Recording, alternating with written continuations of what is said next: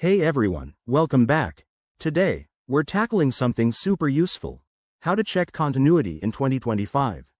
If you're into electronics, DIY projects, or even basic home repairs, understanding continuity can save you time and frustration. Continuity testing basically checks if there's a complete path for electricity to flow through a circuit, no breaks, no issues. It's like making sure a water pipe isn't clogged. If it's clear, everything works smoothly. First off, why is this important?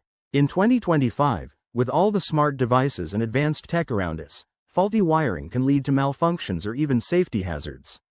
Whether you're troubleshooting a broken gadget or building a new circuit, checking continuity helps you pinpoint problems quickly. To get started, you'll need a few tools. The star of the show is a digital multimeter. Make sure it's set to the continuity mode, often marked by a sound wave icon. You'll also want some safety gear like insulated gloves and eye protection.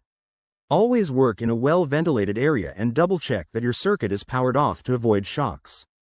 Let's walk through the steps. Step 1. Turn off and unplug the device you're testing. This ensures safety and prevents damage. Step 2. Set your multimeter to continuity mode.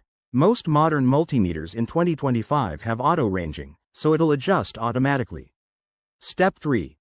Touch the probes to the 2 points you want to test, for example, the ends of a wire or across a switch. If you hear a beep or see a low resistance reading, like 0 ohms, that means continuity is good. No beep? There's a break in the circuit. Pro tip: if you're dealing with components like fuses or switches, test them individually. Common mistakes include not cleaning contacts, which can give false readings, so wipe them down first. And remember, always handle tools carefully to avoid shorts. By now, you should feel confident checking continuity yourself. Give it a try on your next project, and if you have questions, drop them in the comments below. Don't forget to like and subscribe for more tech tips. Thanks for watching. See you in the next one.